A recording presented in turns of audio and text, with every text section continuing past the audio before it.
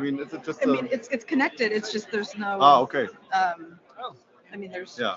Jay's also having. Correction. An IP address would be sufficient.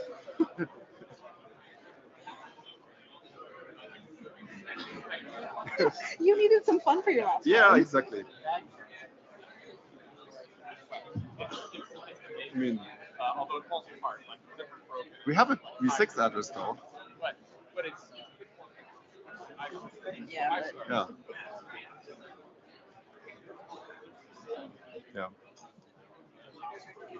So we have an IPv6 address. It's unfortunately not doing us any good. So if we could fix that until the next meeting, that would be great. Those of you working on IPv6. Yeah, I mean, we have a link. We have a link, and we have a V6 address. We just don't have a V4 address or DNS, I guess.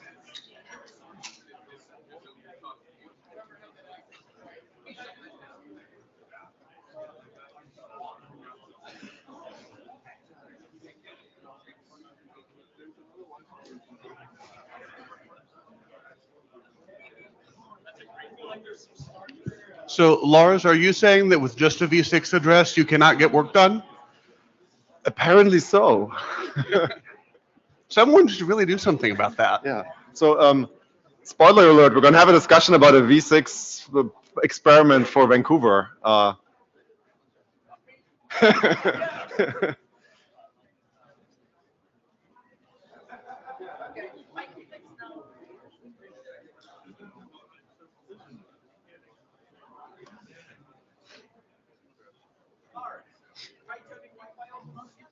We have people for that.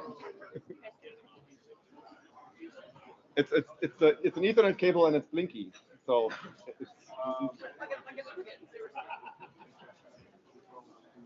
well, if Warren says so, I'm going to do this. It's not blinking anymore. No, it's blinking again.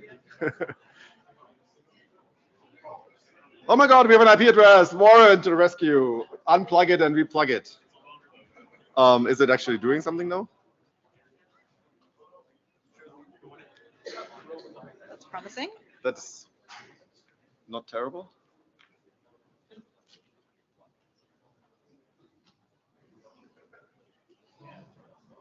No, it's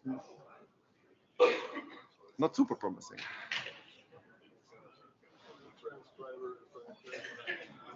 Oh, here we go.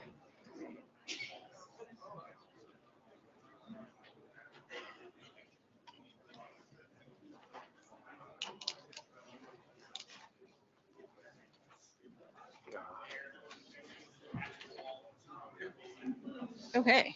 Yeah, hang on. This thing is not opening. They are apparently difficult to open. Yeah. This one works. Thank you. Well, thanks everybody, and thank you, Warren, for the unplug it and plug it back in tip that fixed the V4. Probably some NAT thing. So welcome to the IETF 119 plenary in Brisbane, Brizzy, I guess I heard many times this week. My name is Lars Eggert. I work for Mozilla at my day job, and I'm the IETF chair for a few more minutes. So let's get started. This is the Node Well. This is a session at the IETF, like the other ones you've been participating in already. There's various policies that govern your participation here in this room, but also in the IETF overall. You should really familiarize yourself with these. Mostly you agree to follow our processes and policies. There's a disclosure obligation for IPR. You acknowledge, especially in this room where we have audio and photographers, you acknowledge that you might be recorded or photos or video might be taken of you. Personal information you provide, we will take our utmost care to do well with it. And you also agree to work well with others in this organization at all times, please. And if you are bored, there's a bunch of documents on the bottom that you can refer to and read. Online, if you're on MeetEcho, your audio will be muted and your video will be off when you join. Please unmute yourself only when you're in the queue and you're recognized as the next speaker. If you can, turn the video on when you're speaking. It sort of helps us sort of get a feeling for who you are and where you are. And if you have a headset, it is usually a good idea to actually also use it.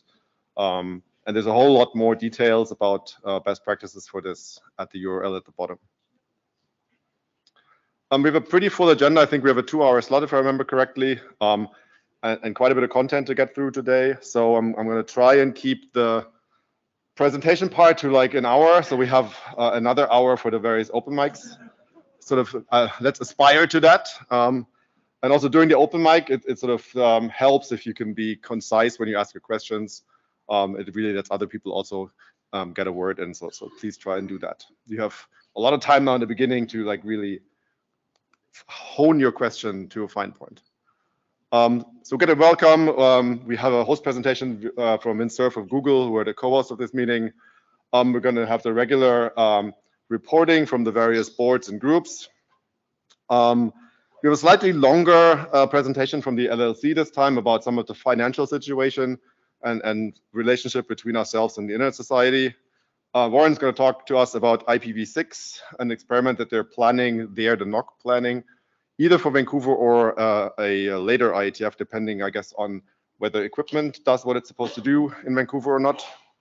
We have 2 brief in memoriam sessions, followed by the 3 open mics for the various bodies. And we're not bashing this agenda, so I'm going to move on. Thank you, everybody who makes this happen. As always, the Secretariat is doing excellent work.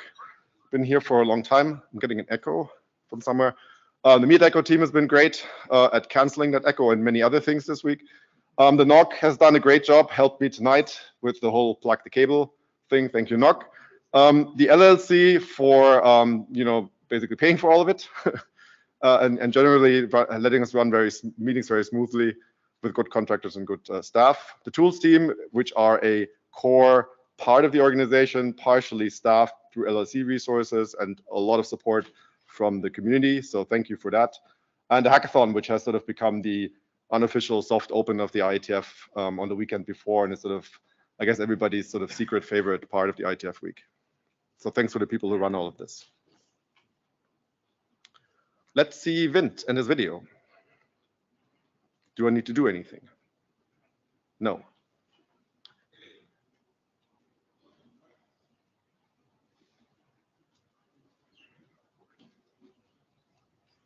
Hello, my name is Vince Cerf. I'm Vice President and Chief Internet Evangelist at Google. And I wish I could be there in person with you at IETF 119. Unfortunately, my calendar didn't cooperate again this year. However, I hope that you'll forgive me for only a virtual presence. First of all, I'm very proud of the fact that Google has been able to help sponsor this year's IETF meeting in Brisbane. I should have opened with G'day, but I was pretty sure that Jeff Houston would go after my mispronunciation of Australian English, so I won't do that. But I do want to observe why what you're doing is so important. The internet is sort of a 50-year phenomenon now, as you all know, that the first important paper published about it was in 1974 in the IEEE Transactions on Communications, and now we have 50 years later a globe-girdling system.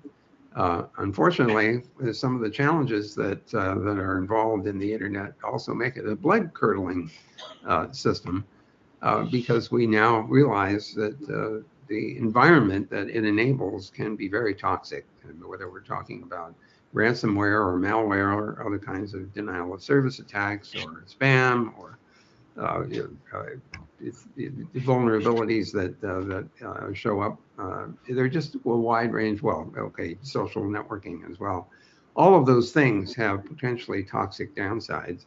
And the question that we ask ourselves in the IETF meetings is whether there are any technical means by which we can moderate or eliminate or at least mitigate some of the harmful potential behaviors that these systems enable. We're not going to succeed absolutely in preventing people from misusing these technologies. We all know that, but that shouldn't stop us from trying to put some friction into the system. And of course, we know that if you can't stop something technically, then the next best thing is to say, well, if we catch you doing that, there'll be consequences. That's all about law enforcement. And as you know, there are big debates going on right now about a kind of internet law, cybercrime treaty, which is debating, what things are crimes in the online environment and how should they be addressed and how do countries cooperate with each other in order to track down parties who should be held accountable.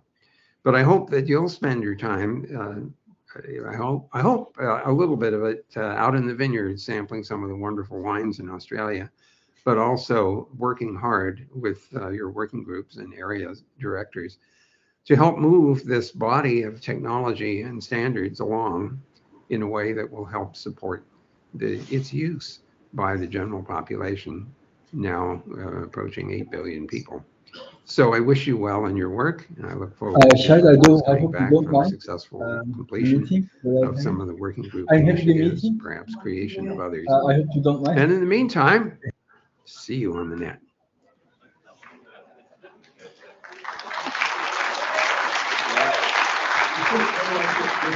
Yeah. So It's Internet Engineering Task Force. So this is not the time for questions, please.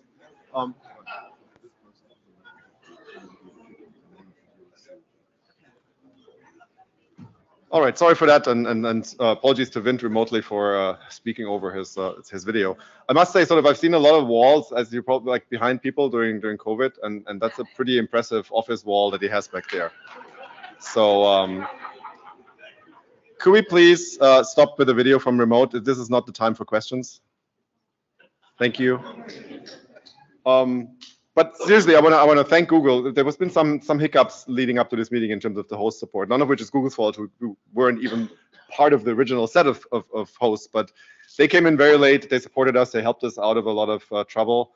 So thank you very much, Google, for doing this. And I also want to thank the other hosts of this meeting, that are the consortium members of the .au Domain Administration Limited, Console Connect, and the Internet Association of Australia. And we couldn't have done this meeting, as you always know. It costs a lot of money. It's very important to set up, and we rely on local and global supporters like them to make these meetings happen. So thank you very much. Right, this brings me to the IETF chair report, which is as usual pretty boring. We have participation stats, a bunch of stuff about where our future meetings are, some announcements the ISG did, and other topics that are in our online report that you can already read. I think it's been announced a couple of days ago, I want to say. As of today, I want to say we have almost 700 people on site, which is tracking, unfortunately, a little lower than we expected. But we did look back. It's been a long time since we've been to Australia, but already like 20 years ago, I want to say we were here last, we saw, unfortunately, a similar dip in participation. So it wasn't unexpected. We see an uptick in remote participation that sort of corresponds to the in-person dip. So overall, I think we're looking pretty solid in terms of participation. A lot of the remote people took advantage of the fee waivers. Like over half of them. So that's what they're there for. If you do have a chance to expense your remote participation, we do ask that you do that, because it really does fund part of the organization. Remote participation is not free. But those of you who do need the fee waivers, also please do take them. For the on-site fee waivers, I got 10 requests and I granted 6. Colin on the IETF side had 1 request that he granted, and he runs a travel grant program, which is not quite the same as a fee waiver, that brought additionally 5 people in. And also the APNIC Foundation hosted or offered a grant program for people out of their region to attend the IETF, and they funded another 20 in-person attendees. So this is something that, if you're hosting a future meeting in a region, this is totally something you can do, right? We're not going to stop you from doing that. So I think that is a very nice, at least first time we did this, worked really well. Hackathon 300, so over half the people on site were there for the hackathon already. It was a very successful event. As always, a lot of code got written, and a lot of sort of work on drafts and new ideas got started during this event already. This is the breakdown of participants between on-site and remote. You can see both of those are pretty heavily US-centric. We did sort of have a question this morning to the secretary, because if you look at the remote pie, there's a turkey slice on the bottom, which is surprisingly large, and we've not seen this. And it turns out there's, I think it was 50 people from a Turkish university that took fee waivers and are participating, which is great. So welcome to our friends in Turkey. I wonder if it's a one-off or not. So if you send us an email about why you're doing this and whether it's been successful for you, I think we would love to know. This is a slide that shows the meeting registrations. Can I answer why I am doing this? Still not the time for questions. Okay. The meeting registrations over time, in the post-COVID period, starting with the Vienna IETF, which had a very low in-person participation, to now, you can see that we're tracked down a little bit. But I think in the overall participation, we're still relatively stable. So we're going to see what happens in Vancouver, and then in, I want to say Dublin? I think so. Yeah, that's right. But thanks to those of you who made it here. The ISG did a bunch of statements and announcements. We appointed Kristen Burden to the IETF Trust after asking for feedback on the candidates. We, yes, we rearranged the areas, and we created the WIT area. And I think that tonight is actually when that sort of transition formally happens, with the transport area being dissolved. In the data tracker, I guess also. It's already empty, but it still exists as an area. And we talked about the all dispatch experiment that we had on Monday. We announced that we were going to do it and took some feedback from the community. Thank you to those of you who sort of sent us feedback after we had it. There was a lot of good suggestions. It's not my show to run anymore. My expectation would be the ISG is probably going to try to do it again in some form in Vancouver, taking the feedback into account. And running it slightly differently, or they may not. It's, you know, I'm out, so it's their show now. We have 0 appeals since IETF 118. I'm very happy I can end with a 0 here. There's also non-pending anymore, and a lot more of the reports are available online in the data tracker, where all of our other materials are as well. And we have a blog that occasionally, I want to say weekly, roughly gets new content. If you are doing work in the IETF that you think is of interest to the blog, Greg over here is very happy to talk to you about co-authoring or authoring something for the blog. Get in touch with Greg, or email the ISG and we'll get you in touch with Greg. We have childcare again at this meeting. It's been pretty successful as always. I heard good things. We have, I think, 4 kids in the daycare, at least part of the time. This is something we're planning basically to do forever. So if you have kids and you need to bring them or want to bring them, you can. There's no cost associated with this. We usually email out like a call of interest, so we can plan accordingly for the number of kids we expect. So if you see that email for Vancouver or for Dublin and you want to take advantage of it, please do. There's no cost, and it really makes it possible for people to attend the sessions that otherwise maybe had to be remote or maybe not attend at all. And that brings me to Mirja and the IAB.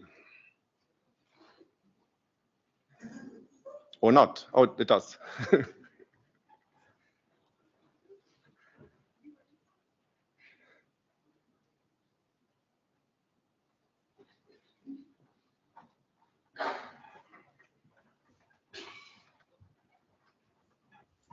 Hello, Mia Kuhlwind. I'm the IAB chair for another hour. And I give you just a very quick report about what the IAB is doing. Is usually you find the full report in the proceedings, and here are some highlights. We just recently published, for example, 2 RFCs about workshop reports, so you should read them. We also published a statement about mandatory client-side scanning, which created some discussion, might be interesting. And we had an appeal and responded to it last year already. And then a really exciting thing, we have a new website. Yeah, I just thought, the website should halfway represent that we know what the internet is about. So hopefully that creates more trust in the IAB. But we also moved a lot of data or information to the data tracker and made like the website hopefully more make it more easy to find things on the website. So if you have any comments on that, how to further improve the website, please let us know. And then I'm already at the point where I would like to thank those people that recently appointed. So we appointed Peter Spesek or reappointed him for the ICANN Technical Liaison Group. We already decided about the ISOC Board of Trustee, but this appointment will be announced in April together with all the other appointments. And we reappointed Elliot Lear for the ISE. And then I'm also here to say thank you and stepping down as IAB chair and announce that the new IAB chair will be Tommy Pauly. Congrats.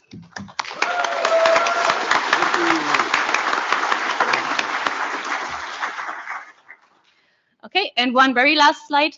You already missed the IAB Open today, and we have no program meetings this week, but there are the IAB Liaison Coordination Office hours in case you want to talk to some of us. But that's it from my side. Thank you. Thank you. Next up, Mr. Colin Perkins, Professor Colin Perkins.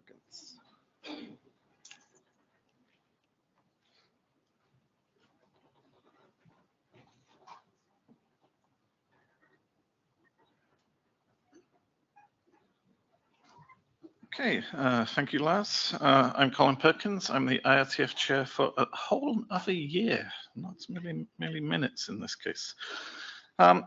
One of the things we do as part of the IETF is we administer the Applied Networking Research Prize. This is organized in conjunction with the Internet Society. We're very grateful also to sponsorship from Comcast and from NBC Universal. And the Applied Networking Research Prize is awarded to recognize some of the best recent results in applied networking. It's awarded to recognize interesting new research, which is of potential relevance to the standards community going forwards. And it's awarded to recognize upcoming people who are likely to have an impact on internet standards and technologies going forward.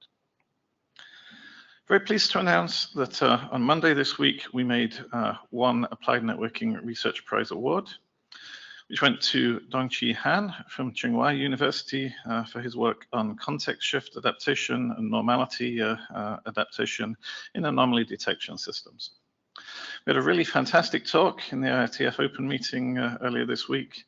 The recording is on YouTube on the IETF channel there, and the paper is on the IETF website. So if you were unable to come to the meeting, please do watch that recording of the talk. It was a really fantastic talk. In addition to the Applied Networking Research Prize, we also organized the ANRW, the Applied Networking Research Workshop, in conjunction with ACM SIGCOMM. This takes place in the July meetings, so it will be taking place at IETF 120 in Vancouver later this year. The organizers this time are Jayshree Sengupta, Simone Ferlin, and Ignacio Castro. The call for papers is out. If you have any interesting applied networking research work, the deadline for submissions is the 15th of April, so please do consider submitting. And finally, I would just like to thank, as Lars mentioned earlier, we do run a travel grant program. No. we do run a travel grant program. We have a significant number of people attending on that travel grant program this time. We're very grateful to the sponsors. Akamai, Comcast, and Netflix have been supporting this for a significant number of years now. This time we also received sponsorship from the Brisbane Economic Development Agency and from Google. And we're very, very pleased and thank them for their contributions. We managed to bring a significant number of people to the meeting this time. And with that, that's all I have. Thanks. Moving on to the NOMCOM. Thank you. Thanks, Colin.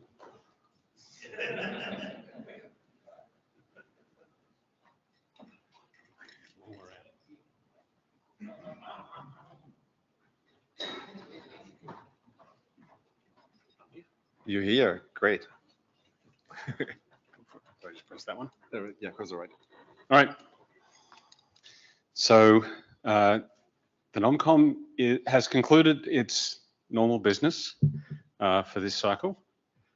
knock on wood, that we don't have to do anymore.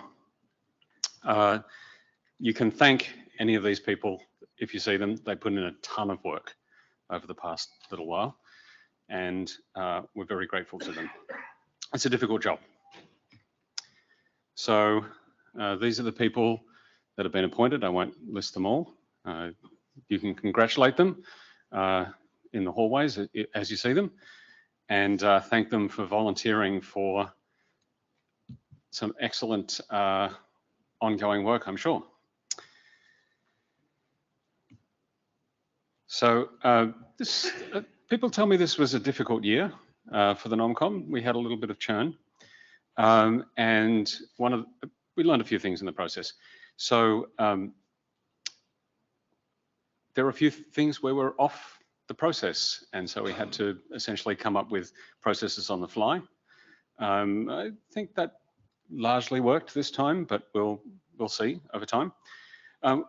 Thing to note is that a lot of this process relies on oral tradition and the people involved being generally very good.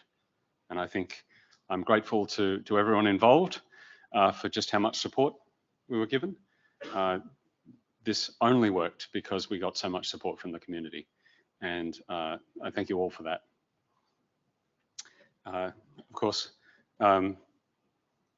we reject precedents and voting, except not in the NomCom. So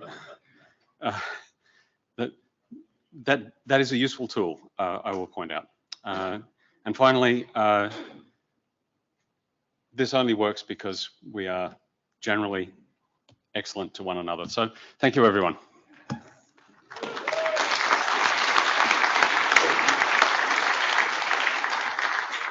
Thanks, Martin. And I think the NomCom is going for dinner after this, so you should make sure that you use the entire budget that the LLC gave you. You really deserve it. Glenn, with the trust.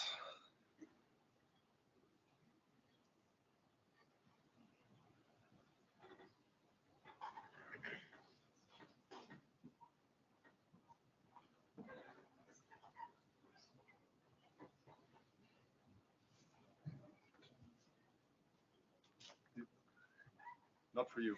No, actually, there is a trust.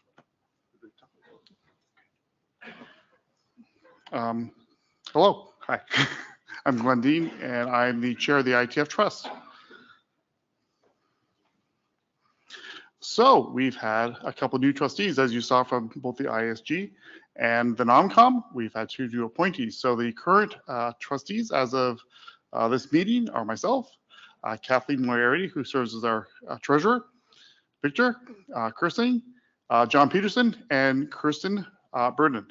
And these are your 5 trustees. We take care of managing and protecting the IP rights for the IETF and enable the IETF to do its work with as least harassment from IP, copyright, and trademark stuff as possible. And unfortunately, we're 5 people. We get 2 new ones. That means we lose 2 people. And so I'd like to take just a moment and say that Joel Halpern has been on the trust since 2019. He's been a very valuable contributor who really helped. In 2019, if you remember back then, this was when the trust split off from the IAOC. And we found ourselves to be 5 trustees. We used to be part of a larger body, the IOC. There was more trustees. I think there was count back then was 7 or 8. We found ourselves with a trust, with a mission, and we had to sort of take that up and form a new sort of elan and an exercising of the program. And so we had a lot of work in 2019. It kept us very busy for the last couple of years. And Joel was there every step of the way, contributing daily and just being a fabulous member of the team. And it's sad to see him go. I'm sure the new trustees will be great too, but I'm going to miss Joel and working with him. Unfortunately, Joel's not here today, so we can't recognize him as much as we're about to recognize Stefan. Stefan also joined the trust in 2019. Stefan has been a fabulous resource for the trust as we've worked through things like restructuring into a new corporate entity, and we've worked through evaluating questions that come in from the community about, can we use this or we can use that? Stefan's very deep knowledge about the law, about copyright, and about the IETF have been incredibly valuable, and he will be missed from the trust. Although he's not going to go far, and I'm going to bug him with a lot of questions forever. So anyways, I would like to ask Stefan to come up here. Stefan, are you in the room? I warned him to be in the room. He better have stayed. There he is. Come on up, Stefan. We have something for you. And I'm not dead. Yeah, so.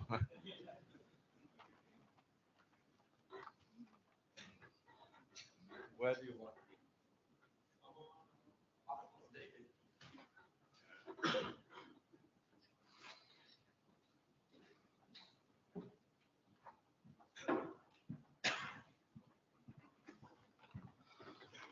So Stefan, thank you for your service for the trust. And we are in Australia, so of course, you're going to get a boomerang with your name on it. So don't throw it away, because you know who you will know who to give it back to. It will come back. Don't worry. Yes, thank you very much.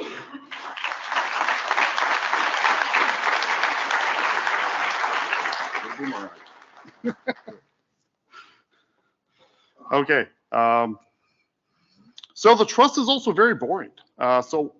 We have things set up to be fairly automatic in that the copyrights assigned to drafts when they're submitted are all automated. We've flown to the system. We don't have to write individual agreements. We produce drafts and they turn into RFCs. They get usable without us issuing new licenses.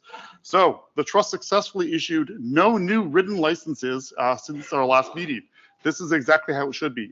It's a smooth, very efficient process. The only time we issue a new license is when we have to do something extraordinary out of the norm. So this is awesome. It means things are working as designed. We had one licensing request that came in, and it was from an external that wanted to use some stuff. We resolved that. We didn't have to write a new license. We pointed them at the process. They could already use the license, and they were all satisfied. And we successfully did not either get sued or decide to sue anybody. That's always a good thing. So it's been a very productive. The other thing I want to talk to you about is our restructuring. As you have been on this journey with us for the last couple of years, the trust did a public consultation with the community on should we restructure from a Virginia trust as we were operating since 2005. There's a lot of reasons for the benefits to both the IETF and to the trustees as well. To restructure is a Delaware not-for-profit corporation. That corporation got stood up in December of 2022. And I'm here to say that we are moving along very well.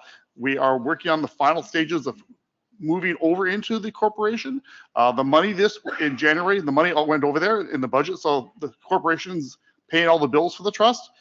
And we are in the stages right now of transferring the copyrights, the agreements, and the trademarks over to the new corporation. So hopefully, our goal is by IETF 120 in Vancouver, we're going to come back up here on stage and go, we're done. So the light at the end of the tunnel is being seen by everybody. It's pretty awesome. And we've also been doing some spring cleaning. So it turns out that if you're an organization like the Trust and have been around since 2005, you generate a lot of junk. And one of the things we found out was we had 6 pallets of stuff still in storage in Virginia. So last year we sent a team down to pull all those boxes and those pallets out, go through it, find stuff. We found a lot of stuff. A lot of it was junk. But we did find some good stuff. We found old proceedings from the IETF, paper copies that we're going to have scanned to fill in the blanks where there's missing proceedings or they maybe were scanned with poor quality. So that was a win. We found a lot of blue sheets when we used to do things on paper. We're going to get those all scanned and upload to Data Tracker. So that'll be part of our archive now, and we won't have to be storing paper. And we also found a lot of backup tapes. So LTO tapes. I mean, this is ancient history. We're going to go through that and figure out what it is. The stuff we don't need, we're going to toss. The stuff we do need, we're going to keep. But spring cleaning is going on. It's been underway right now, and the secretary has been really awesome helping us do that. And finally, if you want to contact us, there's our information. You can send us email. You can find me in the hallway, or you can come talk to a very lonely guy, because on Friday I'll be spending an hour in room 9. Please come and talk to us. We've done these hours for a couple of years now. I think we've had 2 people, maybe 3 have come. So let's make this the IETF that we get the most visitors to the Trust Open Hours on Friday. And with that, thank you very much. Thank you.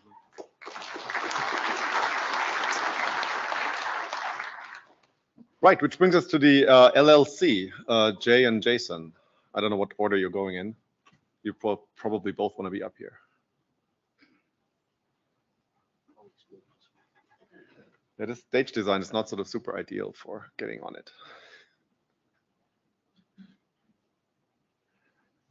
The only thing worse is if it would be at one end and then the thing over there, but that's just...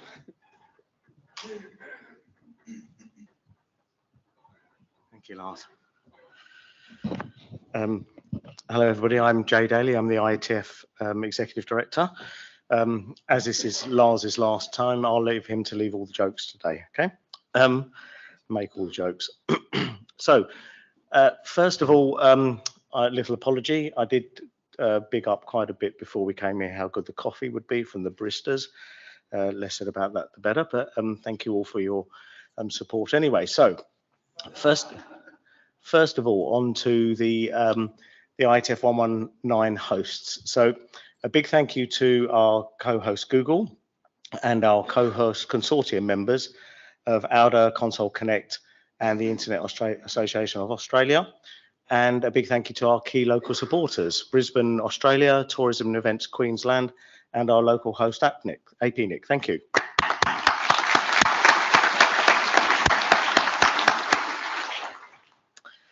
For those of you who haven't been to a plenary before, there will be a lot of clapping during my slides. Thank you. So, thank you to our IETF 119 Gold sponsors. These are the people who take out values-based sponsorship and therefore help support a number of elements of the meeting that we would not be able to run otherwise. For diversity and inclusion, Akamai and Huawei. For running code, Ericsson, and for sustainability, Oracle Cloud Infrastructure. Thank you very much.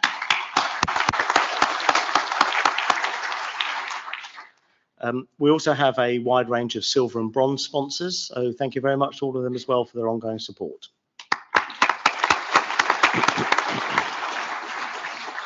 And we also have a large number of equipment, services and connectivity sponsors. New, of course, to the list, we have Aussie Broadband, who provided the broadband for this service. They got fibre into the building.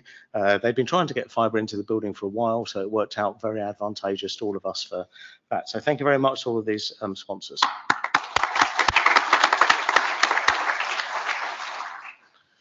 A little plug. We have a store where you can buy T-shirts and other things. It's online ordering, worldwide delivery. You can get it in your size. You can buy as many as you like. We are trying to negotiate to have older T-shirt designs added onto the store because we know some people are missing one or two in their collections and need to ensure they can pick those up. So effort is going into that. We've had a number of suggestions for other products to add to the store, and we will consider those, I'm sure. Right, so during the meeting week, we have, as well as everybody that volunteers and participates during the meeting, we have a number of volunteers that do some work behind the scenes. We have the Code Sprint volunteers who spend a day and a bit working on Data Tracker and developing code for Data Tracker. And we have the NOC volunteers who many of whom sit in a room throughout the meeting working on the NOC. So thank you all to all of those people and to all of their employers. Thank you.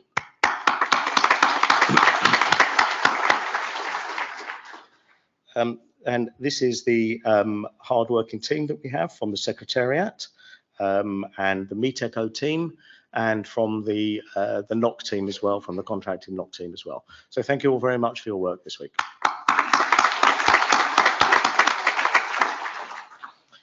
This is the staff of the IETF Administration LLC. Since we last spoke, Sang Ho Na has joined us as another senior software developer. Moving on. So for those of you that aren't aware, we have global hosts and global supporters who sign a multi-year commitment, 6 or 9 years, and who then host the meetings on a regular cycle. They're the ones for whom we receive the bulk of the financing for meeting sponsorship. And these are very well committed organisations, many of them, as well as also being sponsors in that way, give us other things such as equipment or services and sponsor other areas, as you've seen. So thank you all very much to these as well.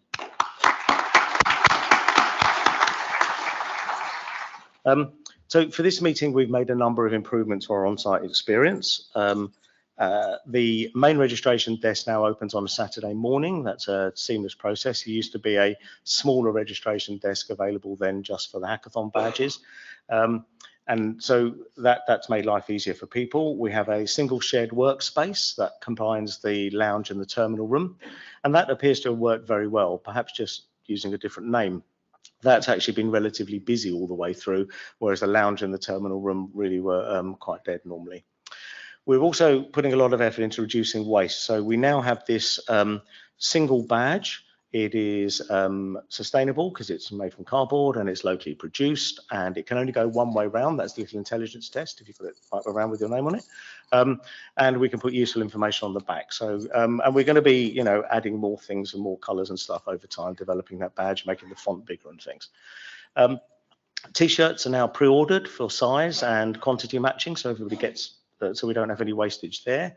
And while I know this upsets some people, we are reducing the on-site food to minimize waste because we had far too much being thrown away previously. So, and all of these are largely driven from the feedback we get from the post-meeting survey. So just a reminder that the post-meeting survey is very important for that. So we have IETF 120 coming up in Vancouver. We will be opening registration for that soon. This is one of those meetings where we strongly recommend that you try to take one of our rooms because of the prices of, we will have a much cheaper price than if you go other methods. And these are our future meeting locations and venues. So we have Vancouver in July, we have Dublin in November, and then we have the two of the reorganized meetings early next year. We have Bangkok in March and then Madrid in July. And we're hoping to announce the North American meeting within a few months anyway. So just very briefly, the a little bit about the draft report on the 2023 community survey. So we held the third annual IETF community survey from December 2023 to January 2024, sent it out to 49,000 email addresses, got over 2,000 responses, and that draft report is now available, and comments are welcome until the 8th of April. What I'm going to show you is just very briefly the key findings from that report. We're very interested in your feedback on these things. This is, you know, our interpretation of the data. You may have different views about that data. You may think different things need to be brought out from it. So that's why it's a draft report, to give the community a chance to comment on that and see well, what's useful, what needs to be brought out, and whether there's mistakes in the interpretation of the data. So very briefly then, the IETF is good at delivering its mission and principles, but could do much better. So there is very strong agreement across the community that the IETF produces high quality, relevant RFCs in an open and transparent manner. The IETF is considered a very important organisation, and most astonishingly that it outperforms its peers in all respects. So we asked people a direct comparison. How do you rate the IETF compared to other SDOs in a series of questions, and in each one of them the IETF came out better. So I won't go through them all, but there are some more key findings there. Well, I will go through the bottom one actually. The IETF still has a problem with gender diversity. We still have, you know, a small percentage of our participants here identify as women, and nowhere near, you know, the population, normal percentage of the population. So just to finish off, a few more key findings that you need to look at and read in the report, but the bottom one is my favorite one, that email is still universally preferred. However, slice and dice the data by age, by type of participant, by gender, by anything, people love email. So little salutary lesson for us to take away. Okay, that's it for me. Thank you.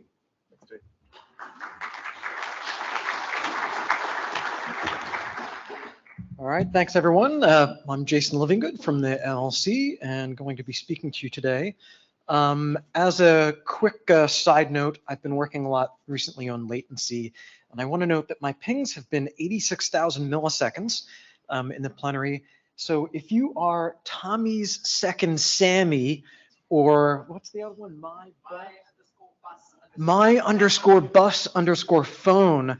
Warren would probably like to talk to you afterwards to do a bit of a root cause analysis to see what the hell's going on with your device. Yeah, it's fascinating. Wow, that's a lot of round trip time. So anyway, I digress. We wanted to first thank 2 departing board members, Maya Anulkovic, who's been with us from the beginning of the LLC, and Lars Eggert. So thank you very much, both of you.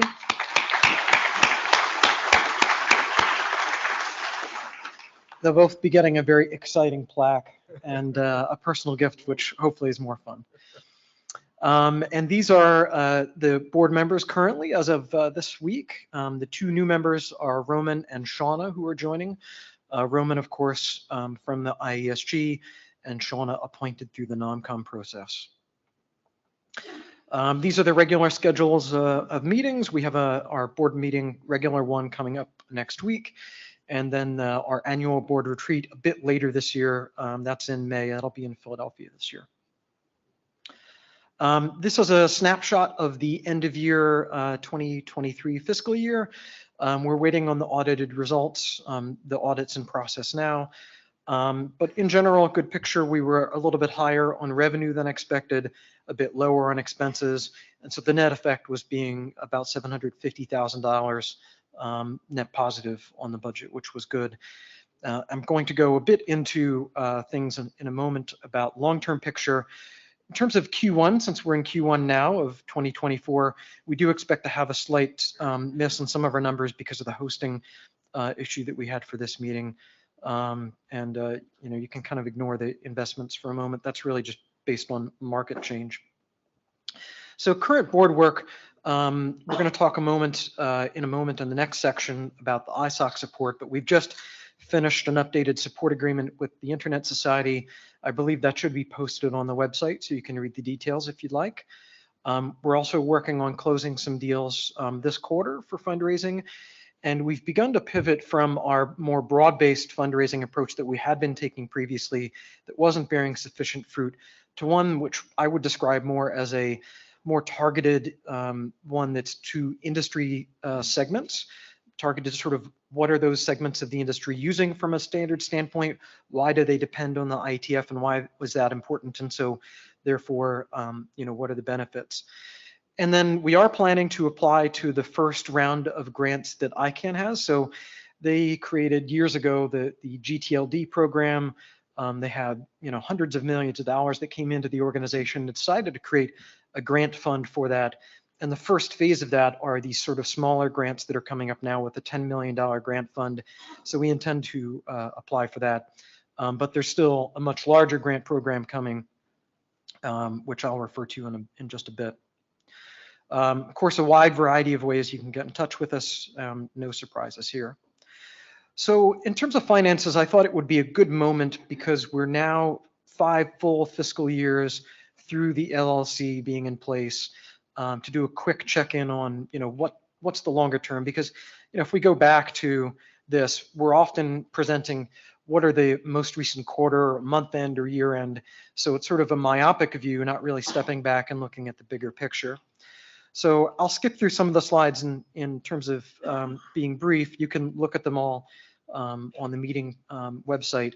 But if we look at 2024 as an example, ISOC is providing about $7 million, about $2 million in registration fees are expected, 1.6 million of revenue from sponsors, and $1 million of donations. And part of the reason that we talk about these things and we're going through this is we went through a process after COVID talking about meeting registration fees and increasing those. Why do we have fees for things like remote participation and so on? And we heard a lot of things in the community about, well, why do we even need registration fees at all as a source of revenue? Why can't everything be free? And, you know, we said aspirationally that was an important thing, but, you know, there's some challenges to that. And one of the things we were also asked is, well, why can't ISOC just give every dollar that, you know, PIR generates to the IETF? You know, why isn't that possible? So this explores that to some extent. The first off is thank you very, very much to the incredible support that we have gotten from ISOC over the years. This is an important and amazing commitment. This is all of the dollars that are committed, either that have been given to us under contract or that are now under the new agreement, which is through 2029. So that over that period is $76 million. Thank you very much to ISOC for that over that period of time.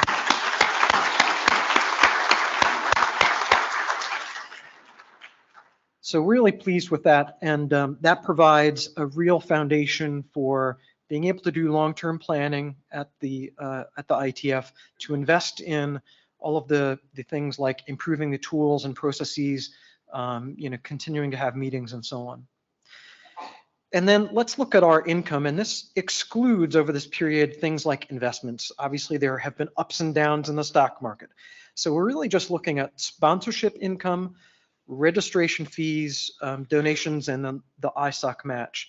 We can see very clearly a dip primarily related to meeting registration fees during the COVID time when we went full remote, and then we began to have hybrids again, and you'd start to see, meeting registration fees going back up. So, not terrible during that period, but obviously we saw an impact to that over that time, and I think we've come out the other side of that pretty well from a financial standpoint. So let's look at this very simple view, and then I believe we have Andrew Sullivan remote who's going to jump in with a slide or so from ISOC. But one of the questions we got was, why can't just 100% of our meeting fees be paid for by the Internet Society?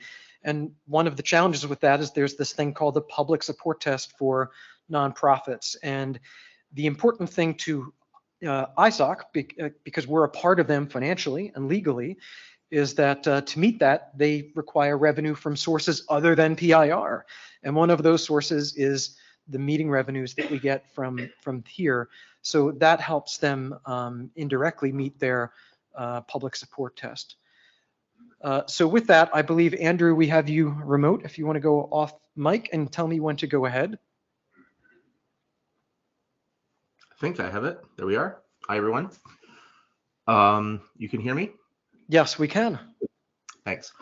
Yeah, so there is this public support test, and it's a requirement of the IRS. I won't get into all the details on here, but this is an important part of our function. Next slide, please. And the way that this works is that you got to have about 1/3 of your income to be part of this public support. That's how you show you're a charity. And the IETF is part of the Internet Society. So from the point of view of the IRS, you just are the Internet Society. That isn't true for legal reasons and so on, but for tax reasons it is. So we've been using this facts and circumstances test continuously and successfully since 2007. But if we were to increase the amount of funding that were available from PIR, which would be how it went to the IETF, then that would cause problems for us. Next slide, please. So the thing to understand is that this is a very complicated calculation. It's not something that you can just kind of do on the back of your napkin because it's this 5-year rolling number.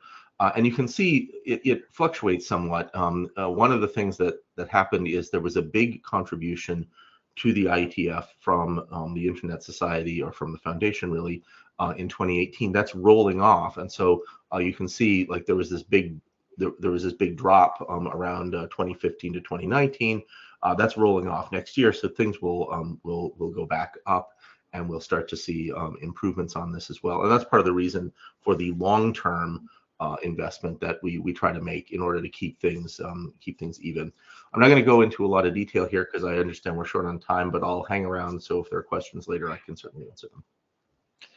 Great, thank you, Andrew. So continuing on, the related question that then flows from that is, is there a challenge with the tax and ownership, aspects of this in terms of us being a disregarded entity? I will just say that it's extremely complicated, and any change from the existing financial or tax status of the LLC has impacts. and is difficult. So I will say that we are going to study that, but we know from talking to ISOC that it's extremely complicated and would be very difficult and probably not have a perfect outcome to make things magically better from a public support standpoint. So that leads to what else to do, because we're sort of at that limit of what you can take from ISOC over time.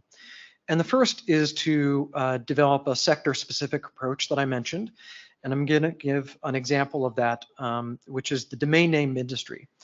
Now, the IETF created the domain name standards. We create lots of new resource records that drive demand. And all of those things, stave off the rise of alternative naming systems and all of those things. So by extension, ICANN, TLDs, registries, registrars, all of those organizations are likely target segments here, and have a focus to make sure that there's continued growth in the DNS, continued demand for domain names, and all of those sorts of things. And so in the grand scheme, and I don't mean this as a negative necessarily for the domain name industry, but across all of these segments, what we're trying to move people from is sort of moochers in a way to boosters, right? People that are just sort of using the standards, making in many cases billions of dollars, but not contributing back to the organization on which they depend from a standard standpoint. So we'll be creating, very targeted messages to go to those segments with the IETF, with DNS being one of those things. And we are also in particular looking for multi-year commitments from those organizations. The ultimate goal is to develop a base of organizations that are contributing essentially an equivalent to what ISOC is able to do for us today. So we are doing that, and we'll of course do some of the documentation about some of the challenges that would be entailed in making any material change to the existing financial or tax structures. And I anticipate having some readout at the next IETF meeting, and then that being a regular readout, because the fundraising is really just becoming our main focus at this point. And I'm sure we'll get some questions later on. So that is it for us. Thank you very much.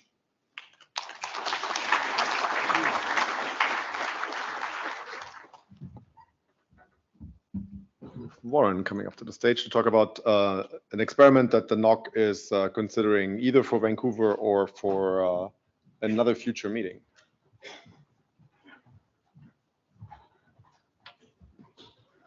Thank you, Warren Kamari, wearing my NOC monkey hat. And also, would whoever's got the Samsung called Tommy's Second Sammy, please turn it off? You're somewhere over there and you're squatting over a bunch of channels. So, don't know what that was. So this is a proposal from the IETF NOC to move to an IPv6 mostly network because we think it's time. And you might remember us from such presentations as moving from .1x to WPA 2 and 3, which we did in Prague and we're still doing now, and seems better other than, people who turn on their radios and won't turn them off. So what is this IPv6 mostly thing anyway? Basically, clients that can operate without an IPv4 address signal this fact to the network. They include DHCP option 108 to tell the network that. And then assuming the network supports NAT64, it replies also using DHCP option 108. And the client basically just doesn't bother giving itself a v4 address. Like it ignores the address from the network. Then to reach native IPv6 sites, this client uses v6. And to reach things like GitHub, which are v4 only, it uses CLAT and NAT64. And so sort of your experience is as though you're using v4, but without using v4. Legacy clients, which don't do IPv6 only, they simply don't include option 108, and they get a v4 address just like they do currently. However, as part of this proposal, we would also like to move the IETF SSID to be using RFC 1918 space, and we'll provide NAT44. That will make the network look more like what users actually get and also what developers get most of the time, We found some people's laptops, especially enterprise networks, if you give them a v4 address, they get frightened and confused. However, if change scares you, don't worry, it scares me too. We will, for the foreseeable future, continue to provide an IPv4 network with public v4 addresses, just like we do currently. So why am I mentioning all of this now? We're not actually sure when we're going to do it, but mentioning it now because we build this network for you and we would like feedback. So please come and tell us why this is a bad idea, why you think it's not something you want to do, etc. That's it.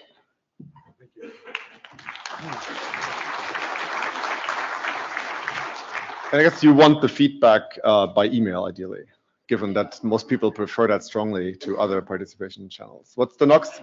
Is it ticket? No support? No, what email address? Warren's going to send out email to everybody. Excellent. Right, which brings us to one of my least favorite bits of this. Vint mentioned, right, we've been around for 50 years, and that means that some of our early participants, and unfortunately also some of our not so early participants, are getting older, and some of them pass on. So we have two participants that we want to recognize today, and I want to ask the people that are going to give a brief note about each of them up on the stage, and we're going to do a moment of silence for them afterwards. Going first. Okay. Cursor right. Cursor right. Okay. So I'm honored and obviously saddened to be here tonight to talk about Dave Mills, who passed away earlier this year. So for most of us, Dave Mills was the inventor of the network time protocol and the expert on network time synchronization. But he was actually a lot more than that, obviously. He earned his PhD in computer science from the University of Michigan in 1971. He worked in academia and industry prior to joining the faculty of the University of Delaware in 1985. He was involved in the early DARPA projects that led to the internet and to the IETF. He was chair of the Gateway Algorithms and Data Structures Task Force, which was actually the precursor to the IETF and the IRTF. He published 27 RFCs from 1981 to 2010. And these went beyond network time synchronization to internet names, routing protocols, and authentication schemes. He designed and implemented the fuzzball router, several of which were part of the original core of the internet. And while he retired in 2008, he continued to teach and pursue research interests since then. So for me personally, Dave Mills was the original internet graybeard. I first met him in the early 1990s, and I was working on a project that was using NTP in real-time systems, and I was funding research to support him. And so over the course of the project, I would dive up to the University of Delaware in Newark and make my way to his office, armed with my detailed plan for the agenda for the day. And then I would sit across his desk from him, and he would proceed to tell me lots of really interesting and important things, very little of which were on my actual agenda. I often wished for a tape recorder. This was the 1990s, as you recall, so that I could remember all the important bits that I had missed along the way. I was only a few years out of university myself, and I felt a little bit like Alice in Wonderland when I went to see him. For those of you who know him, he was quite the personality. He was passionate about computers and clocks. He liked to show off his latest projects in his lab, and he liked to tell stories of driving his cesium clocks down to the U.S. Naval Observatory in Washington to calibrate them. He liked quirky names like fuzzball routers and false ticker clocks, and he often drew on the words and images of Alice in Wonderland and the Wizard of Oz. He also held strong opinions. He had a disagreement with John Postel about the use of PDF and RFCs. In his opinion, ASCII was just not rich enough to properly represent mathematical equations and graphs for the network time synchronization protocols. The agreement we made with him to get NTPv4 and the AutoKey RFCs published was that we would handle all the formatting and tooling, and he would provide the text and review. He was fighting for additional formats for the RFCs long before the IETF was ready to cross that bridge. He had poor eyesight his whole life, and he eventually went blind, but he last came to the physical IETF in November 2004. While he didn't walk the halls in recent years, he did keep an eye on things, especially the NTP working group, and he would pop up every so often to inform us of the errors of our ways. So he was one of the early giants of the industry, and he will definitely be missed.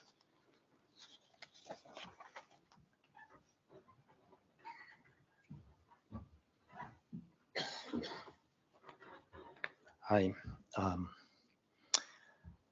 It's very sad to be here to spend 1 minute to remember a person like Fabio Manu, who disappeared early February this year. Was a graduate from Politecnico di Torino in Italy, my country as well. He moved then to the States. He spent quite more than 20 years in Cisco as a distinguished engineer, great career. He's also contributed for almost the same period of time to the IETF, so to this community. He has served an RFC and numbers of drafts, patents, also scholarly articles about SDN and virtualization. In the recent years, he did quite some contribution to the Lisp working group, especially the security part. He understood that is an important part that should not be left behind as a second thought, as we sometimes do, let's say. And he was one of the main author of the LispSec, which is now mandatory to implement and is an important piece of this technology. But beyond the technical contribution, I think he was a remarkable individual, a brilliant mind, someone positive, gentle, always there to help. He will be missed by me, his community in Palo Alto, and his family, to who goes my profound condolences. Thank you both. Let's do a moment of silence, please.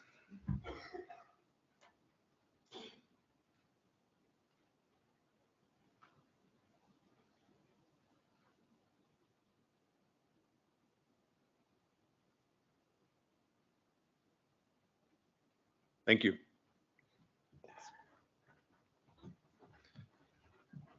Okay, upwards and onwards, I guess. We are going to talk about the outgoing leadership and move on to the open microphone session. And I think the LLC is first, if I, yes, remember correctly. So could the LLC people who are here make their way to the stage, and if you're remote, maybe turn on your camera if you can.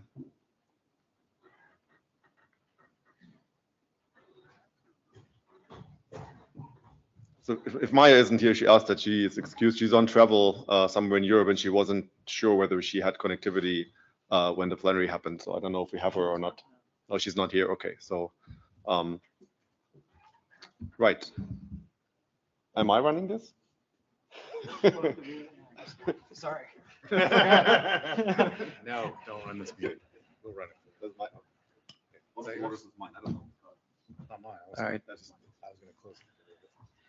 Do we have any questions in queue? I don't see any.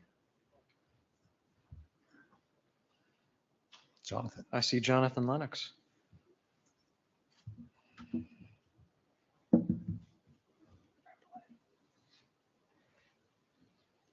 Is this when I talk about t-shirts? Go ahead. Just to say, I am probably not the only IETFer of this magnitude, and I noticed the t-shirt sizes only went up to 2XL, so I would like to request that they go higher than that in the future, especially if you're pre-buying. Sounds good. I do. Thanks. Anyone else? Going once, going twice? Sold. Thank you. That was good. All right. brings us to the ISG. Could the incoming and outgoing and everybody with a yellow dot or who's about to receive a yellow dot come to the stage, please?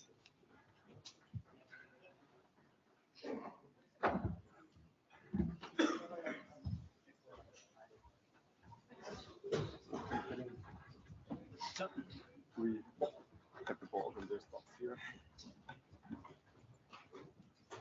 Left side or right? You need to see here. Giving it to them first. I'm sitting next to you.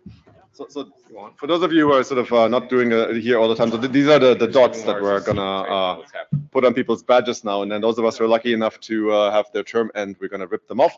But because Jay thought this was like too invisible and too small an affair, we also have these giant, I heard them called three-dimensional dots. I choose to believe this is a sniggle that we're gonna go back to Hawaii, but that's just me, Jay. So we're going to pass those around too, so that you guys can also see the magnitude of this event here. So let's do that first. Can the outgoing and incoming directors please sort of do that now? And I'm giving mine to, I guess, you. Thank you, and you have a yellow dot already, so you don't need one. Thank you. Right. So while this is going on, so these are the. I need to virtually pass to Deb. Deb Cooley is the new incoming security AD down there.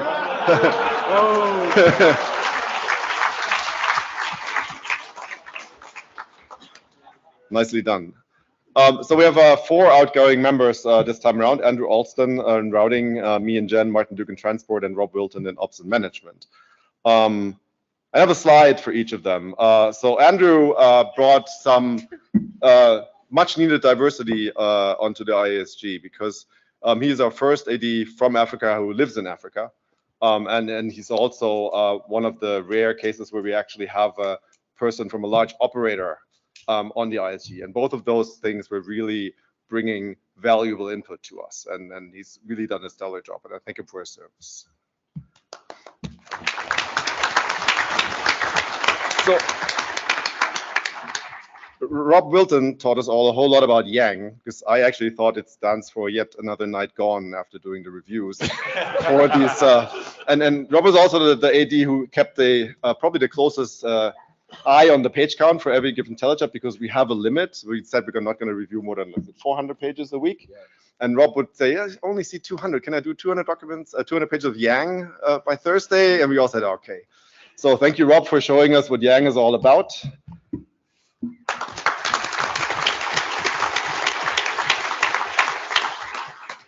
Martin Duke, who did something that very few area directors manage at the end of. So we have had cases where people like close a working group they don't like at the end of their term on the ISG. Martin actually managed to close his area, which is quite a feat. It's not done very often, but he's also like he's second on a lot of things for the ISG that maybe aren't so visible. Like for example, the all dispatch experiment we had on Monday. Martin played a big role in making that happen, and he's not been shy of taking other things onto the ISG. So it was really great. So thank you, Martin.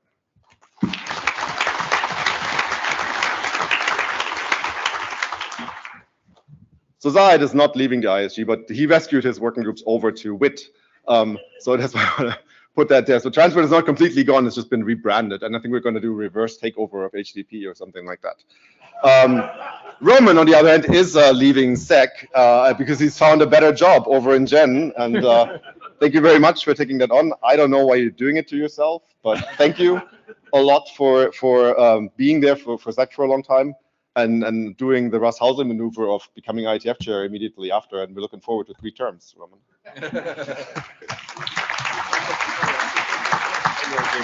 And this is mine. Anyway. So that meme is here because at any given point we're in a meeting and Lars is pretty much hacking on new code in the data tracker, pushing it in production. And by the time we get to the end of the meeting, it's running. The question is it actually doing what he thought he did when he pushed it in? But we really appreciate it kind of anyway. But So I wanted to say a few more words about Lars because it's a heroic duty to be IETF chair. He's been our 10th chair serving for the last kind of 3 years, but this last role is really one of many years of service, as you know, here at the IETF. Prior to being chair, he ran a little working group that had a lot of promise called Quick. We're hoping it's going to get some deployment. After that, before that, he served as IRTF chair for 6 years. Prior to that, he was TSB AD, and he also ran some working groups before that. So this is a long kind of line of collecting, I think, stream managers. I think we were talking, I think ISC is next after a little bit of a break. Who's we? IAB chair. But in all seriousness, it's been an unprecedented 3 years that Lars has led us through. We're standing here in a room in person, and for perspective, when Lars started in 2021, we were 4 meetings deep into being virtual with no idea whether we were going to get back together, when that would occur. He had a team of ADs who were ADs for like over a year, and they had never been to a face-to-face meeting. And what Lars really pulled off, for a lack of a better term, he pulled off the IETF return to office. So here we are kind of in hybrid, for better or for worse, like all return to office. But the thing that I think I really want to highlight that Lars did, he pulled off all of the good things we got from the remote part. With remote, we pulled in a lot of other new people in the organization, and we've been able to keep them. So we have all the benefit of the participants we had before, and then the enfranchisement of all the other participants we have. So that was phenomenal. The other place where we've really benefited from Lars's vision is broadening the perspective of what is the IETF beyond traditional things like routing and addressing. He's really focused on broadening that reach. We've seen tremendous growth under his tenure in SEC, in art, bringing open source kind of closer. And that just really increases the impact of what the IETF is doing. So in short, I just wanted to mention across all of Lars's leadership roles, there's been this common thread of dedication to getting it done, really looking forward to the vitality and long-term success of both the IETF and the multi-stakeholder internet governance model. So Lars, kind of thank you, really what you've done. We will really be resting on everything you've done for us for a long time and how you've transformed the organization for us. So thank you.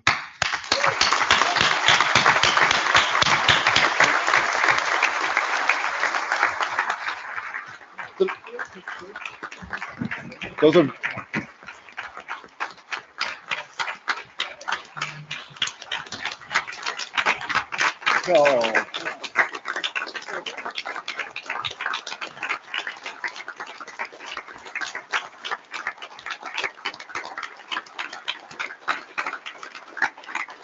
Thank you.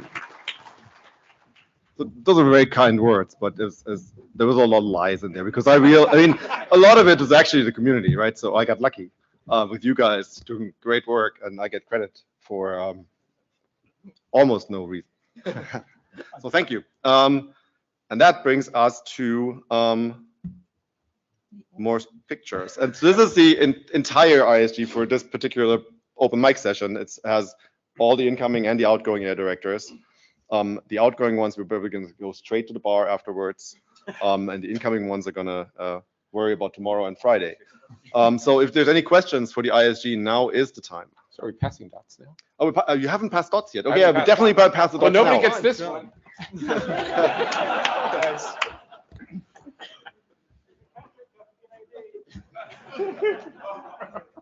Would you like it? Yeah? Oh, we haven't done introductions. Thank you. Yeah, I'm new to this. Let's start over there and tell us who you are, and we're going to go down. Hi, I'm Ori Steele. I'm incoming art AD. Francesca Palombini with AD.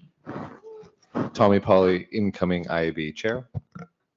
Mia Kulevin, outgoing IB chair. Mahesh Fernandani, incoming Ops AD. Eric Vank, staying Internet Area Director. Jahad Sharkar, one of the last transport AD and new with AD. Martin Duke, perpetual transport AD. Rob Wilton, I was a management AD. Lars Eggert, outgoing ITF chair. Roman Donadio, outgoing SEC, incoming Gen. Gunther van der Velde, incoming routing AD. Kurt Klein, renewing int AD. John Scudder, routing enthusiast. Murray Kuchabi, continuing art AD. Warren Kamari, the real ops AD.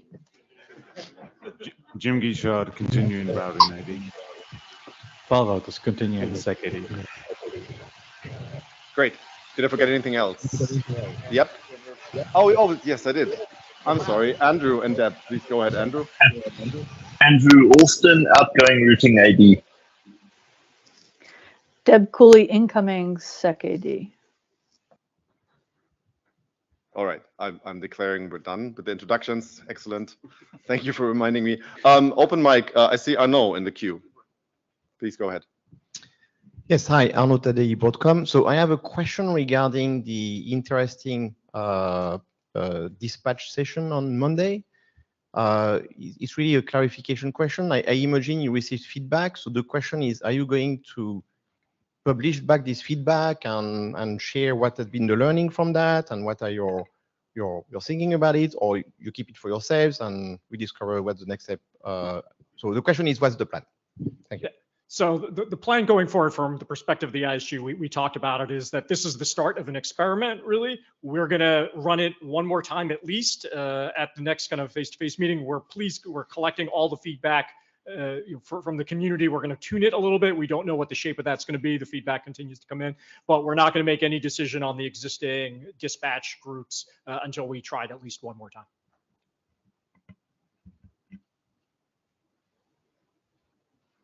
Anything else for the ISG?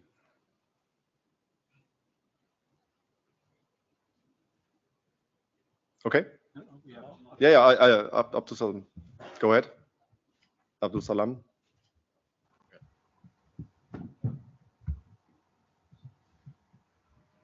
Yes, regarding the open office for the AD or the areas. I'm sorry, we didn't catch the beginning of that. I think you're talking about office hours. Yeah, the office hours on the agenda of the meeting for the ADs or the area open hours. I cannot remotely access the session, let's say, or the room. Let's say if I want to ask some questions or discuss with an AD some issues, I'm not remotely, I cannot do that. If there's a way, please tell me. Thank you. No, that's a good suggestion. I don't think we have, frankly, thought about that, but we can certainly look into making MeetEcho available. It requires probably a bit more planning with the Secretariat and MeetEcho teams because we need to light up a few more rooms, but that should be doable. I don't know if I can promise it for Vancouver. I can't. Well, some office hours are using WebEx, okay, but maybe not all of them. But anyway, right? So let's just be sure that any AD, speaking for my colleagues, are approachable. We are human beings. We got an email address that you can find in the data tracker. You can send an email to us, and we are happy to reply to it and to get a one-to-one WebEx or Zoom or whatever you want. We are human beings after all, right? So don't hesitate.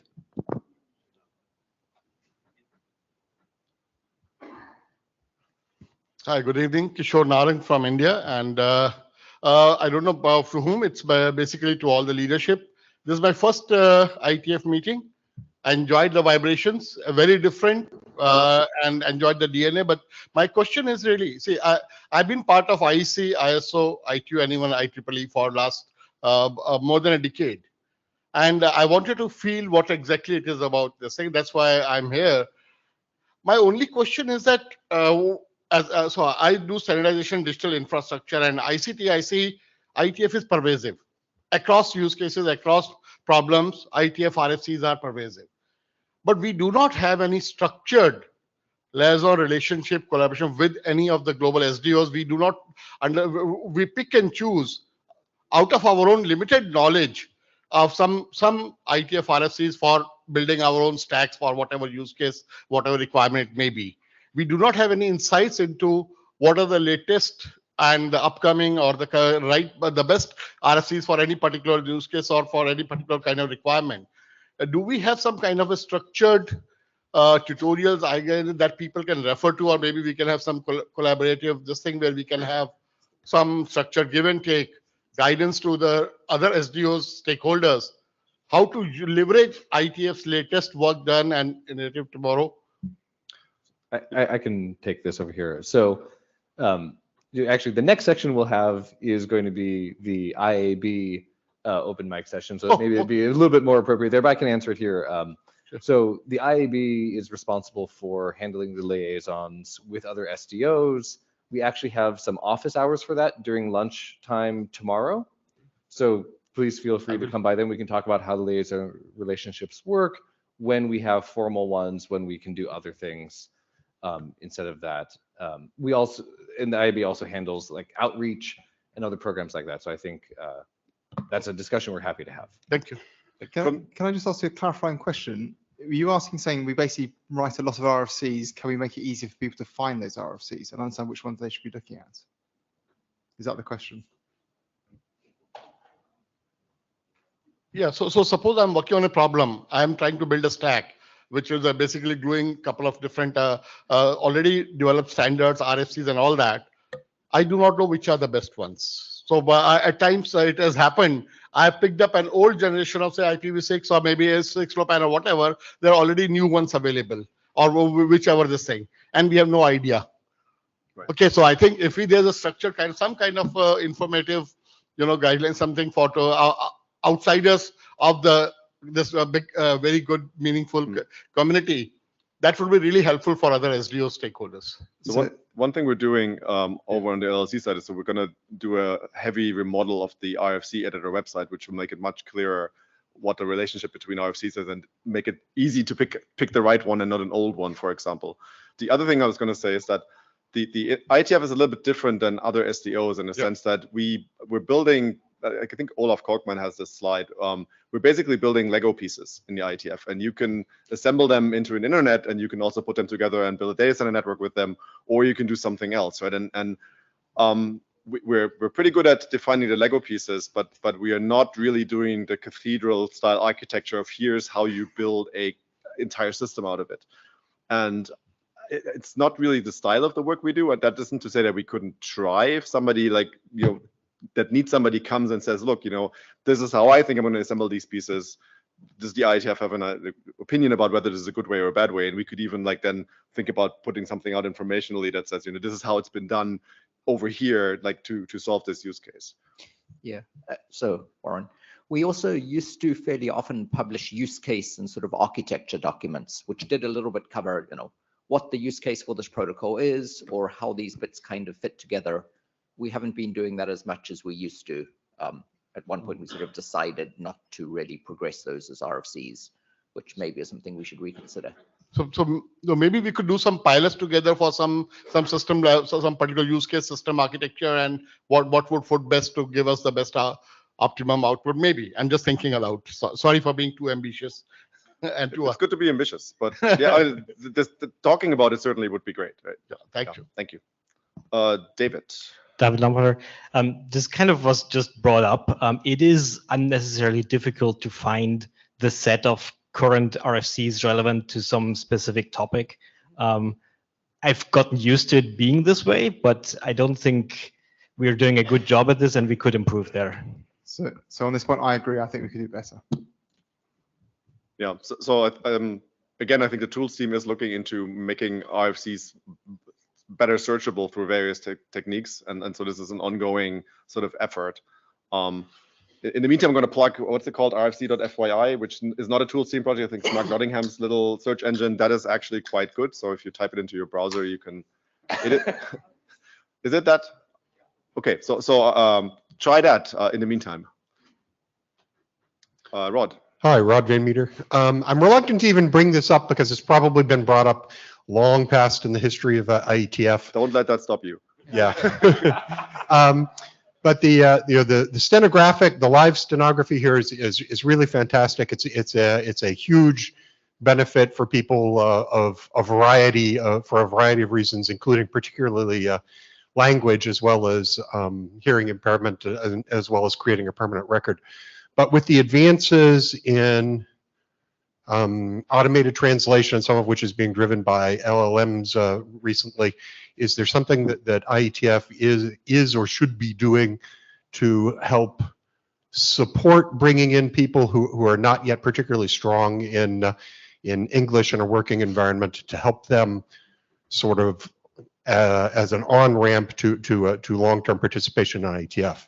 Note that I'm not suggesting that we start providing official support for RFCs in other languages or anything like that at this moment, but something to help onboard new participants. Do you have a suggestion? I mean, I want to agree with you, but I'm sort of struggling a little bit to come up with something concrete we could try out. Yeah, that's part of why I was reluctant to bring it up, was I'm not sure I have something particularly relevant. But for example, this live stenography stream here, if it could be streamed to a service that provides real-time translation into other languages, for example, that might actually help some participants. So Jay, do you want to come up to the mic to tell us about some of the survey data on language? That was part of why it was on my mind. I saw some of that as well. Sure. So the survey data asks people much more about English now than it has done previously. It asks people about reading, writing, speaking, and listening, so that we can understand those and attempts to break it down by regions as well. So we have two forms of transcription that are used by MeetEcho. We have the human one, which is what we have now, and then the rest of it is machine-based transcription, and that is still being optimized to get a better result from that. We have a lot of technical terminology, we have a lot of fast speakers and other things, and it's going to take some while, I think, for that to be trained. That is really sort of a precursor to then us having automatic language translation then on the back of that as well, for people to be able to use that. It is our understanding from the data that it is the verbal side of things that is the biggest issue for people. And the next issue then is writing English to participate in a list. And so that's where we'd like to use the technology to adjust that, but we're a little while off being able to do that. Thanks, Jay. Thanks. Chanji? Yes, Tianji here. One question. Like the dispatch at the beginning of the meeting on the Monday for the plenary, from there I can learn a lot of things and know, okay, something will be raised along the week. So the thing is, I'm asking, is the similar thing can be applied to the SAM meeting? I know SAM meeting is not an official one, but there are so many SAM meetings along the 5 days, and then hope maybe the ISHD can consider to put a similar session for the SAM meeting organizer to give like 5 to 10 minutes to introduce in a plenary, such that, you know, participants can arrange their timeline. Thank you. So one function, if the intent is a 5-minute pitch on work that is potentially in a working group or a new start that might be a candidate for the side meeting, might sound good for Hot RFC, which is already happening every Sunday night where everyone gets a 5-minute pitch. Yeah, and on the topic of side meetings, right? So the IETF/ISG will make these rooms available for the community to have meetings on topics of basically of their choosing, and we try to walk a pretty fine line to not make them too official, because there have been confusions in the past where reports went out that the IETF is starting work on something when in reality it happened at a side meeting. And so one thing that got raised, for example, why don't side meetings get MeetEcho? And one of the reasons is that would make them, for especially remote participants, very indistinguishable from actual official IETF sessions, unless we like completely brand MeetEcho differently. And so it is sort of an ongoing discussion and optimization cycle of how much resources we put towards allowing side meetings to be successful, and while still making clear that they're not part of the official IETF process in any way. And so we're taking suggestions, right? If we can tweak things, that we, for example, provide the meeting owls now, which we didn't we let people set up their own conferencing systems. So there are things that we're trying to improve, but we also want to make it very clear that side meetings are not official. And so there's certain things we are hesitant to provide for that reason. And I see an empty queue. Anything else? Well, thank you. It's time for the entire IAB to come up, please.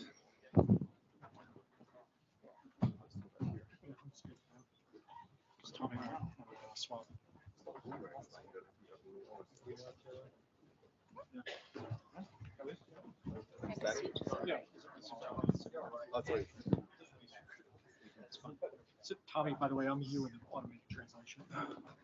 Yeah. How's it feel? Feels like more hair.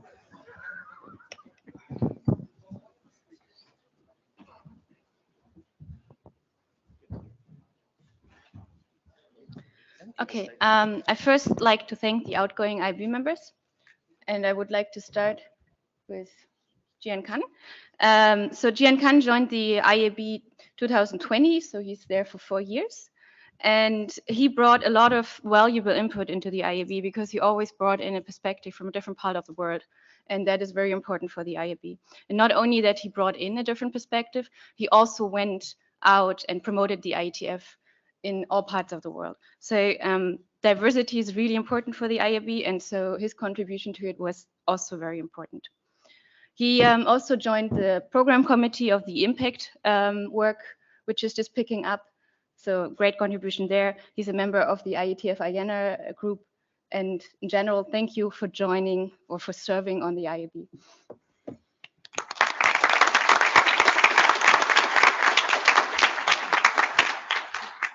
We have this really, really nice IAB and name branded boomerangs, and you get one of them. Thank you.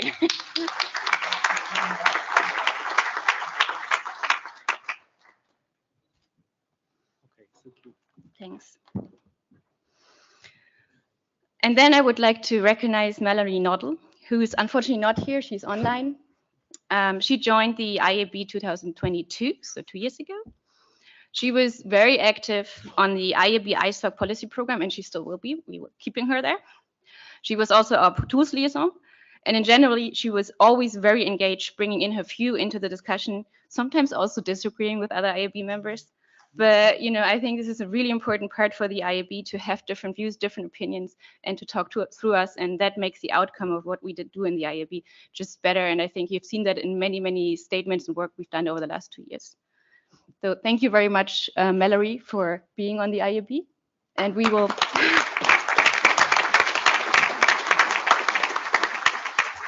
And we will send you also this really nice name-branded boomerang. So at least you get something from Australia.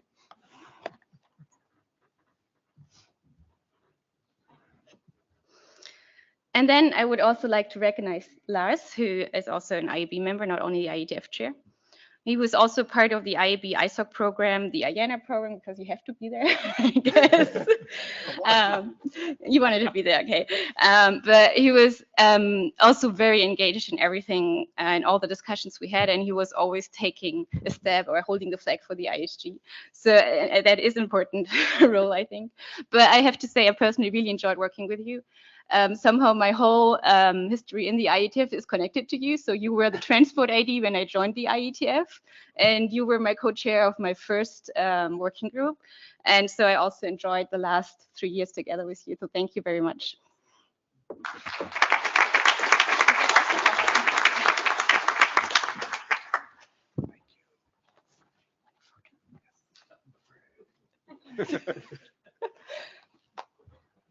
Okay, and with that, I will actually hand over to Tommy.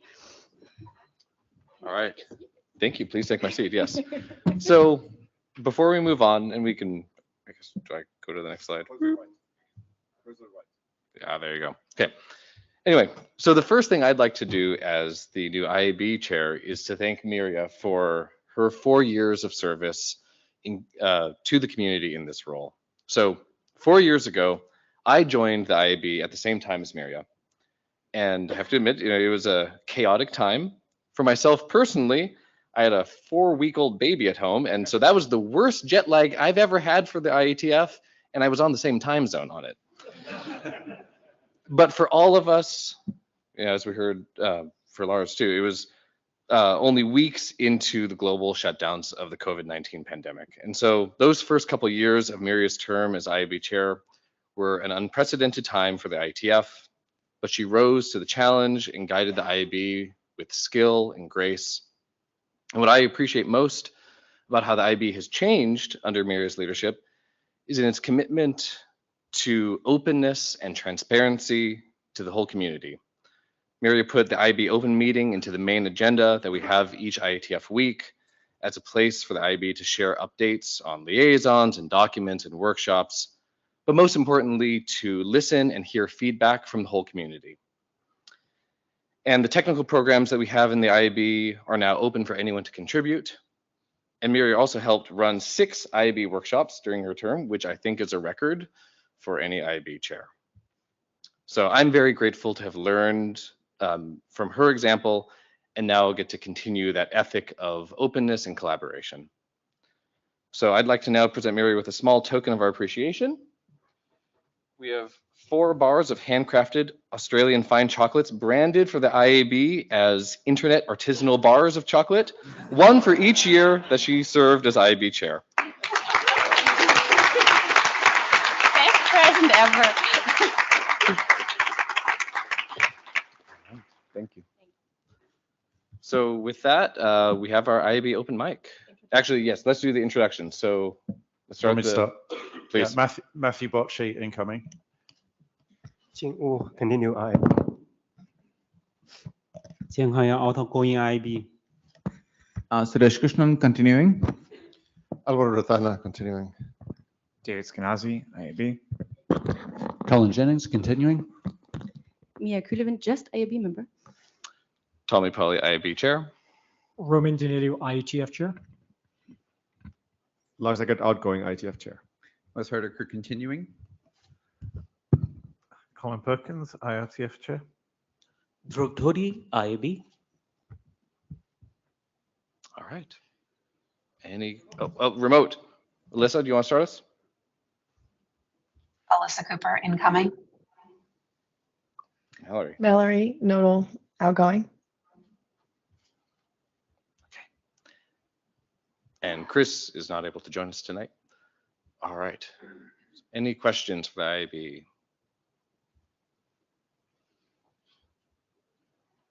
Ted.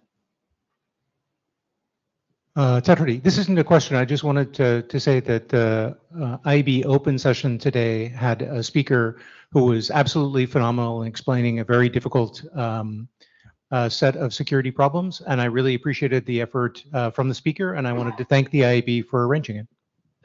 Thank you.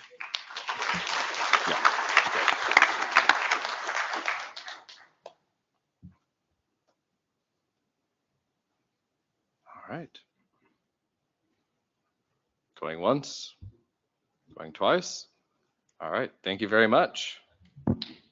Have a great rest of your IETF week.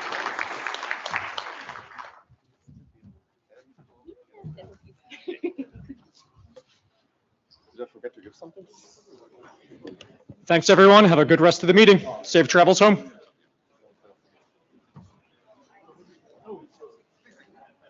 And Mallory. Oh, yeah. No, this is the fake one because Glendine is never.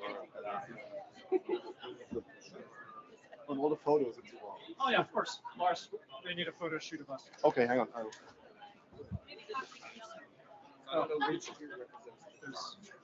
Holding a yellow ball, we have one spare. Oh, yeah, passing the ball. So you're supposed to pass to me.